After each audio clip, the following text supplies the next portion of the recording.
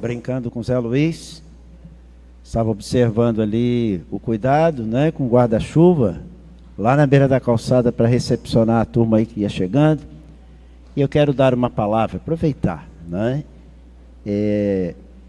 Eu tenho imenso prazer com os membros da minha igreja, porque as pessoas, no exercício das suas funções, eles superam o que se espera deles, né? Estava brincando aí com o Zé Luiz, mas aqui você que está aí do outro lado da câmera, ou me ouvindo nesta noite, a nossa igreja é assim. As pessoas, no exercício das suas funções, eles vão além do que se espera.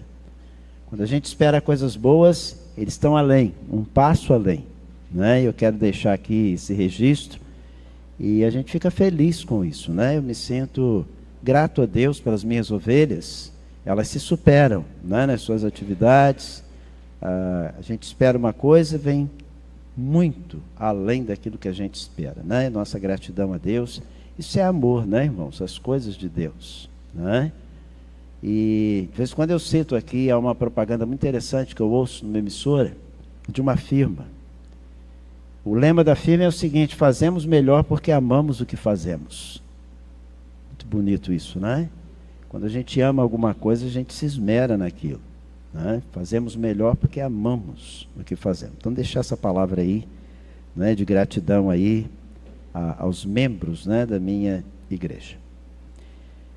Deixar aqui também o meu abraço, né, como sempre fazemos, aqueles que nos acompanham aí à distância. Um abraço para o Berguinho, né, e a Ariane lá em Cabo Frio, sempre ligadinhos aí nos nossos cultos. Um abraço para vocês. Um abraço também para o Rildo, né, e Ana Maria lá em Friburgo também. De vez em quando a gente cita alguns aqui. A gente não pode citar todos, que não tem como, né? A gente não lembra.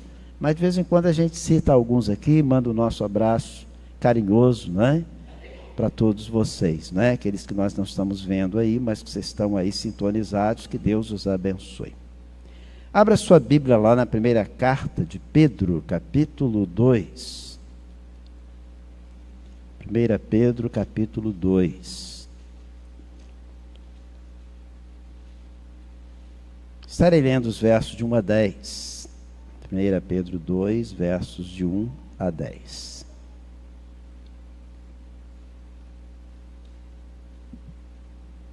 Deixando, pois, toda malícia, todo engano e fingimento, e invejas e todas as murmurações, desejai afetuosamente, como meninos novamente nascidos, o leite racional, não falsificado, para que por ele vades crescendo, se é que já provastes que o Senhor é benigno. E chegando-vos para ele pedra viva, reprovada na verdade pelos homens, mas para com Deus eleita e preciosa. Vós também, como pedras vivas, sois edificados casa espiritual e sacerdócio santo, para oferecer sacrifícios espirituais agradáveis a Deus por Jesus Cristo. Pelo que também na Escritura se contém: eis que ponho em Sião a pedra principal da esquina, eleita e preciosa. E quem nela crer não será confundido. E assim para vós, os que credes, é preciosa, mas para os rebeldes, a pedra que os edificadores reprovaram, essa foi a principal da esquina, e uma pedra de tropeço e rocha de escândalo para aqueles que tropeçam na palavra, sendo desobedientes para o que também foram destinados. Mas vós sois a geração eleita, o sacerdócio real, a nação santa, o povo adquirido, para que anuncieis as virtudes daquele que vos chamou das trevas para a sua maravilhosa luz. Vós que em outro tempo não erais povo, mas agora sois povo de Deus, que não tinhas alcançado misericórdia, mas agora alcançastes misericórdia. Desde ontem estamos respirando aí o clima festivo, por mais um aniversário da nossa igreja, 108 anos de existência. E a gente fica alegre, felizes, não é? Por estarmos e sermos participantes desta obra maravilhosa. Muitas vezes surge muita dúvida, não é? Quem às vezes não convive com as realidades de igreja, às vezes tem dúvidas. Pastor, como é que é essa história? É igreja, igrejas, uma hora vocês falam da igreja, outra hora vocês falam de igrejas, é igreja ou é igrejas, como é que funciona isso aí? Explica para nós. que é de fato uma igreja? E a gente vai, à luz da palavra de Deus, encontrar respostas e apresentá-las. Claro que, evidentemente, como cristãos, nós vamos encontrar a resposta para esses questionamentos aonde? Na palavra de Deus. A Bíblia é fonte de autoridade. Para nós, ela é a única fonte de autoridade, né? Inerrante, sempre atuante, real, certo? Sempre viva, né? E é lá que nós vamos encontrar a resposta aí para essas dúvidas e questionamentos. Quando nós pensamos em igreja, precisamos saber o que é uma igreja. Eu não sei se você já teve a oportunidade de observar aí no hall de entrada ou na recepção de alguma empresa uma placa, e lá consta o quê? Aquela placa: objetivo, certo? Propósito da firma, aqui se propõe. Não sei quantos aqui já tiveram essa oportunidade de observar isso. Algumas têm na entrada placas: propósito da empresa, objetivo, e ela explica, não é? A que se propõe aquela empresa, aquela firma, e é interessante. Com a igreja também não é diferente. A igreja não é uma empresa, mas ela também tem propósitos, não é? Ela também é constituída, tem propósitos, objetivos. Primeiramente, quanto a uma igreja, o que é uma igreja? O que compõe uma igreja? Qual é a formação de uma igreja? O que é a igreja? Biblicamente falando, não é? O que nós poderíamos definir? O texto lido define muito bem isso aí. É um povo com um propósito, com um objetivo. Pedro, escrevendo a sua primeira carta, ele define muito bem isso aí, não é? Vós sois, quer dizer, vocês são, está escrevendo para quem? Para a igreja. Deixa eu explicar. Igreja é uma só, tá? A igreja do Senhor é uma só. É um povo. E esse povo está distribuído na face da terra. E sempre existiu esse povo. Você pega a Bíblia do Gênesis ao Apocalipse, você vai ver o povo de Deus lá. No Antigo Testamento era uma realidade diferente, porque Cristo ainda não havia vindo, não é? Hoje nós temos a igreja cristã a partir de Cristo, mas sempre houve um povo na história da humanidade comprometido com Deus. Do Gênesis ao Apocalipse você vai encontrar isso lá. Então o que Pedro diz? Vocês são, né, a geração eleita. Vós sois a geração eleita, o sacerdócio real, a nação santa, o povo adquirido, para que anuncieis as virtudes daquele que vos chamou das trevas para a sua maravilhosa luz.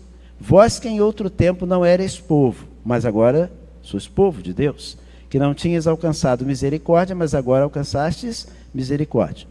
Há um povo na face da terra hoje, comprometido com o Senhor, um povo com duas realidades, com duas experiências. Uma vida antes de ouvir o Evangelho, uma vida antes de uma transformação que nós chamamos de conversão, quando se ouve o Evangelho. Quando você entrega a sua vida para Jesus, reconhecendo as suas limitações e seus pecados, agora você se torna uma nova criatura. Nosso tema de missões aí, não é? Aquele que está em Cristo, nova criatura é, certo? As coisas velhas já passaram, eis que tudo se fez novo. Aí você, quando toma uma decisão, você se torna parte do povo de Deus, onde quer que você esteja. Então, em várias nações há o povo de Deus, né? No Brasil, no exterior, no mundo todo. Há um povo que fala a mesma linguagem, que teve a mesma experiência, tem a mesma identidade. Esse é o povo de Deus. Vocês, né? Vós, que em outro tempo não erais povo. Então, o que nos ensina a palavra de Deus? Todo mundo é filho de Deus? Não. Há um povo de Deus, é diferente. Vós que em outro tempo não erais povo, mas agora sois povo de Deus, que não tinhas alcançado misericórdia, mas agora alcançastes misericórdia. Isso é igreja. Igrejas, pastor, são agências desse mesmo reino, que tem a mesma finalidade, o mesmo objetivo. Igreja Batista em Portela é uma agência do reino de Deus, certo? Faz parte deste reino de Deus. É um reino que não é geográfico, é um reino que não é político, é um reino espiritual, do coração do ser humano, tá? As igrejas compostas de pessoas convertidas, regeneradas, elas, somadas, compõem o povo de Deus. Deu para entender? Então só existe uma igreja, certo? Biblicamente falando, só existe uma igreja dos transformados, dos regenerados, dos convertidos, uma só igreja. Agora, existem as agências locais, né? Tivemos aqui ontem a primeira igreja lá de tal cara, outra agência, mas é um povo só. Deu para entender? Isso é a igreja do Senhor e várias agências deste povo. Isso é a igreja. Então, quando se fala em nação santa, é todo o povo de Deus na face da terra. Deu para entender? Então, nós temos aqui a definição, né? Falamos aí quanto à formação, né? Como é que esse povo é formado? Vimos aqui, o texto explica, né? Pessoas que passaram por uma experiência, que tinham uma vida anterior, antes de encontrar o Evangelho. Depois que encontraram o Evangelho, entregaram sua vida a Jesus, agora é outro povo. Então prestem atenção, né? Não é tudo a mesma coisa. A Bíblia define isso aí. Ah, pastor, isso aí parece um tanto preconceituoso, né? Uma discriminação. Não. O propósito de Deus é que todos façam parte desse povo. Então é preciso desejar isto, não é? Preciso passar por esta experiência. Não é para um grupinho escolhido, privilegiado, não. E também não somos donos disso não, gente. A gente faz parte porque fomos alcançados pela graça do Senhor Jesus. O texto fala sobre isso aí. Deu para você entender?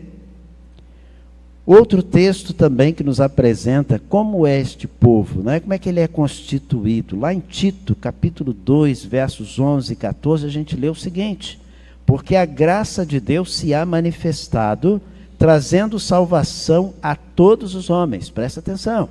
Trazendo salvação a todos os homens, ensinando-nos que, renunciando à impiedade e às concupiscências. Pastor, o que é isso? Explica aí. Como a gente tem crianças também, né, que acompanham o culto, por isso eu gosto de explicar palavrinhas, porque há palavrinhas que a gente não usa do dia a dia e parece diferentes, né, complicadas. Explica aí, pastor, o que é impiedade? Piedade é o contrário de piedade. O que é piedade? É uma vida santa, uma vida de dedicação para os propósitos de Deus. O que é vida santa, pastor? É tirar da sua vida as coisas que realmente não agradam a Deus. E você sabe o que não agrada a Deus, não sabe? Sabe. Não é difícil saber. A sua própria consciência te mostra isso aí. Então, como diz o texto aí, né, renuncia à impiedade e às concupiscências mundanas. Pastor, o que é concupiscência? O que é isso? É todo aquele desejo, né, humano, a inclinação para tudo que não presta, para tudo que é imoral, né, para o que é indecente, que está fora dos propósitos de Deus. É chamado de concupiscência, né? Concupiscências mundanas, quer dizer, aquelas tendências, inclinações, desejos do ser humano longe dos propósitos de Deus, né? Do que a Bíblia chama de mundano. Vivamos neste presente século sóbria, quer dizer, maneira séria, justa, dentro dos padrões de Deus e piamente, não é? Santamente, aguardando a bem-aventurada esperança e o aparecimento da glória do grande Deus e nosso Senhor Jesus Cristo, o qual se deu a si mesmo por nós, para nos remir de toda a iniquidade. Olha que coisa linda o texto diz. E purificar para si um povo seu, especial, zeloso de boas obras. Esse é o povo de Deus. Olha que coisa linda, que definição linda. Purificar para si um povo seu, especial, zeloso de boas obras. Você vê como Deus vê o povo dele? Essa é a característica da igreja. Povo especial, povo zeloso, né? Povo que pertence a Deus. Purificar para si. Há outro texto, gente, muito lindo, que diz que Deus tem nas palmas da mão dele o nome de cada um de nós. Olha que coisa maravilhosa. Como Deus vê o seu povo, o zelo que ele tem por esse povo. E o zelo que o povo tem por ele também. Não é? Isso é recíproco. Então falamos sobre a composição, a formação. Como é que uma igreja é composta, como é que uma igreja é formada. É isso aí, gente. Tá? Igreja não é mero encontro social. Agrupamento, ajuntamento, não. Nós nos juntamos, sim, nos reunimos para fazer o que estamos fazendo. Cultuar a Deus. O que acontece num culto? Expressão de gratidão, certo? O que mais que acontece num culto? Paramos para ouvir o Espírito Santo de Deus. Viemos para nos alimentar da palavra de Deus. Então, não é um mero ajuntamento, uma reunião, não é um clube, é momento de devoção, de contrição. Nos colocamos na presença de Deus, é aquela consciência de que Deus se faz presente. E o culto é para Ele. Certo? Então esse povo tem essa consciência aí. Não é? Ele tem essa formação. E o objetivo é exatamente esse aí. Prestar gratidão, expressar a nossa gratidão, ouvi-lo. Certo? E comunicar também aquilo que nós realmente esperamos, né, para com Deus. Em termos de objetivo, nós encontramos alguns textos muito interessantes. Marcos, capítulo 16, verso 15 e 16, diz assim: E disse-lhes, ide por todo mundo, pregai o evangelho a toda criatura. Quem crer e for batizado será salvo, mas quem não crer será condenado. Ir por todo mundo, pregai o evangelho, nada mais é que o quê? Missões. Não é isso que nós estamos fazendo? Missões. E quem faz isto, igreja? Quem deu a ordem? Jesus? Foi isso que ele deixou? Para o povo dele? Então quem faz isso? O povo de Deus. E disse-lhes, ide por todo mundo, pregai o evangelho a toda criatura. Quem crê e for batizado será salvo, mas quem não crê será condenado. Quem prega evangelho, gente? Convertido. Certo? Quem não é convertido, não prega evangelho. Porque não vai fazer o menor sentido para ele. Não é? Se não faz parte da sua vida, se ele não entende isso para si, como é que ele vai passar para alguém que não é a experiência dele? Então isso é tarefa da igreja. Né? Jesus deixou isso para a igreja. Vocês vão dar prosseguimento, vocês vão anunciar, leva essa mensagem. Diz para eles que aquele que crer e for batizado será salvo. E diz para eles também que quem não crer será condenado. E esse não crer, gente, não é acreditar que Deus existe. Não é isso não, é muito mais do que isso. É compromisso, é envolvimento, é entrega, é decisão, é atitude. Certo? Outra coisa interessante, outro texto, lá em Mateus 24, 14, diz assim, este evangelho do reino será pregado em todo o mundo. Olha aí, missões. Em testemunho a todas as gentes, e então virá o fim. E é por isso que nossa igreja participa de missões estaduais, missões nacionais, missões mundiais. Certo? Tarefa da igreja, gente. É a ordem deixada por Jesus. Não tem como não fazer isso, não é? Então diz assim, esse evangelho do reino será pregado em todo mundo, em testemunho a todas as gentes, e então virá. Então o que precisa acontecer antes do fim? O evangelho ser pregado, e é o que estamos fazendo, certo? Virá o fim. Essa é a mensagem da igreja. Outra coisa interessante, lá em Atos 1:8 diz assim, mas recebereis a virtude do Espírito Santo, que há de vir sobre vós, e ser-me-eis testemunhas, tanto em Jerusalém, como em toda a Judéia, e Samaria, e até os confins da terra. Preste atenção, note que é uma ação simultânea, é ao mesmo tempo. Alguém diz assim, mas pastor, por que a gente investe em missões mundiais se a gente tem tanta coisa para fazer aqui? Por que a gente investe em missões nacionais se nós precisamos de tanta coisa aqui? É porque isso precisa acontecer ao mesmo tempo, gente. Precisa ser aqui, precisa ser lá também, ao mesmo tempo, é simultâneo. Não é? E ser meias testemunhas, tanto em Jerusalém, como em toda a Judéia e Samaria e até os confins da terra. Hoje o evangelho está sendo pregado no mundo inteiro. E a igreja precisa fazer isto. Agora quero chamar a atenção para você de um texto muito interessante. Presta atenção. O que Paulo, escrevendo aos Efésios, fala sobre igreja? Sobre o povo de Deus.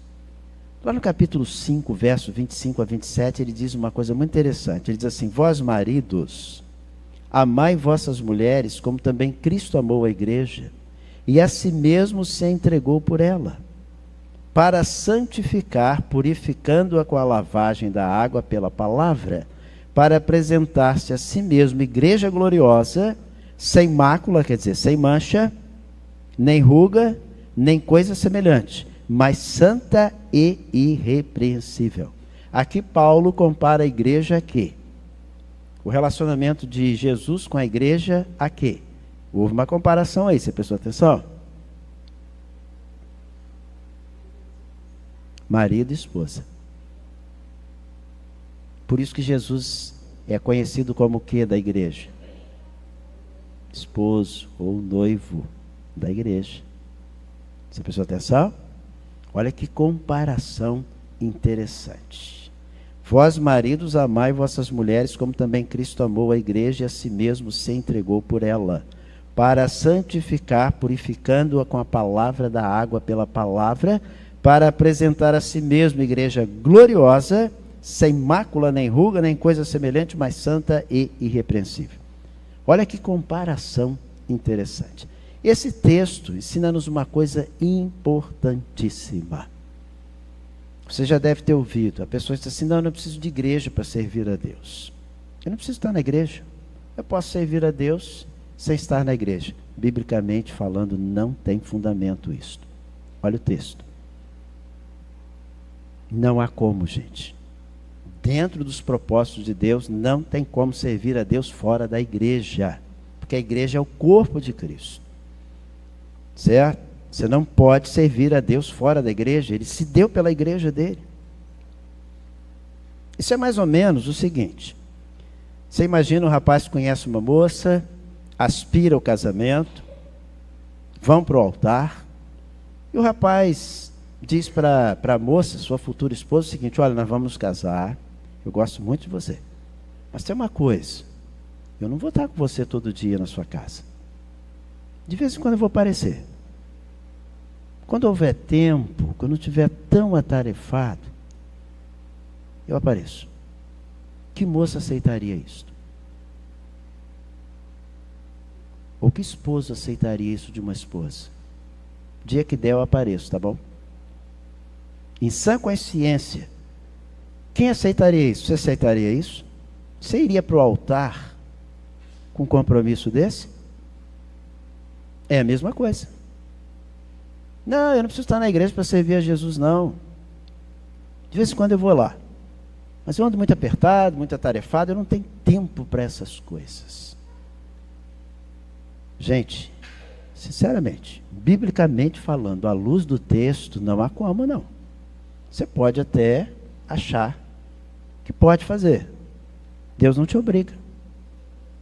Você não é obrigado a frequentar a igreja, você não é obrigado a ser membro de igreja, Deus vai te respeitar, não vai te obrigar, porque isso não pode ser obrigado, mas que tem fundamento bíblico, não tem não.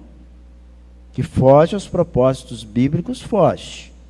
Pergunte para Jesus, o que ele acha disso? Você tem coragem de perguntar isso para ele? Certa vez eu ouvi alguém comentar uma coisa muito interessante. Tem certas coisas que a gente nem pergunta para Deus, porque já sabe a resposta. Então é melhor nem perguntar. Isso é o tipo da coisa que você nem vai perguntar para Deus, porque você já sabe o que ele fala, não é? O que a palavra dele diz. Ele deu a vida pela igreja. Ele ama a sua igreja. Ele está no seio, no meio da sua igreja, é o seu povo. Povo especial, ele diz aqui, né? Zeloso, zeloso de boas obras. Então não tem como não. Você pode até discordar, mas biblicamente não tem fundamento essas coisas não, tá? A Bíblia é muito clara. Vós, marido, amai vossas mulheres, como também Cristo amou a igreja e a si mesmo se entregou por ela, para santificar, purificando com a lavagem da água pela palavra, para apresentar a si mesmo, igreja gloriosa, sem mácula, sem mancha, nem ruga, nem coisa semelhante, mas santa e irrepreensível. E aí a gente lembra de um outro texto, que se aplica também a casamento, né? Que diz que onde estiver o vosso tesouro, aí estará. Precisa dizer mais alguma coisa? Se o seu coração não está numa coisa, gente, não vai fluir. Mas se o seu coração está ali, é aquilo prazeroso para você, te atrai. Ou não? A gente quando pensa em casamento, né? Eu me lembro da época que namorava a irmã Rosemary. Ficava esperando, contando os dias para chegar o fim de semana. E claro, todos sabiam onde eu estaria no sábado. Que o meu coração estava lá. E eu contava a hora para estar lá. E para mim não era pesado, não, era prazer. Como é prazer também para o esposo, né? Não é só namorados, não. A gente tem que cultivar isso aí. Eu amo o meu lar. Depois das minhas atividades fora do lar, o lugar que eu mais gosto de estar é a minha casa. Me dá prazer. 2 lugares que me dão muito prazer. É a minha casa e a minha igreja. Eu não passo bem sem a minha igreja. Sem estar com os irmãos como nós estamos aqui. Não passo bem. E aí a gente lembra daquela história, né? Da recomendação médica. A senhora não pode sair de casa. Mas como é que eu vou fazer aí a minha igreja? Sua igreja passa muito bem sem a senhora. E ela disse, irmão, tudo bem. Mas eu não passo bem sem a minha igreja. Olha o texto. Biblicamente não tem como. Não é? Biblicamente. Uma outra definição interessante quanto ao objetivo da igreja, Paulo escrevendo a Timóteo, capítulo 3, verso 15, ele diz assim, mas se tardar, para que saibas como convém andar na casa de Deus, que é a igreja do Deus vivo, coluna e firmeza da verdade. Então a igreja é coluna, é firmeza da verdade. Você precisa entender isso. A igreja apresenta o Cristo vivo, a igreja apresenta a coluna, apresenta a verdade, Jesus, né? Eu sou o caminho, eu sou a vida. Ninguém vem ao Pai senão por mim. A igreja apresenta isso. A igreja não tem a resposta, Jesus tem. E quem apresenta a resposta é a igreja. Você consegue entender? Isso te dá prazer? É extremamente prazeroso, né? Fazer parte deste corpo. Então falamos sobre a composição, a formação, sobre o objetivo e uma outra coisa que a gente precisa entender: destino da igreja. Qual o destino da igreja? Eternidade, pátria celestial, vida eterna. Esse é o destino da igreja. Se você parar para pensar, tudo no mundo vai passar, tudo vai acabar. A gente está falando aqui de empresa, por exemplo, não é? Todo mundo gosta de fazer parte de uma empresa bem estruturada, uma empresa que zela pelo funcionário, que investe no funcionário, funcionário que ama essa empresa, se esmera na qualidade de serviço, não é? E com a igreja? E é bom pensar que um dia tudo vai acabar. Tudo vai acabar no mundo. Igreja não. Pode-se até matar crentes. E se mata. Ainda acontece. Mas a igreja não. A igreja é indestrutível. É a única coisa indestrutível. É a única coisa que não tem fim é a igreja.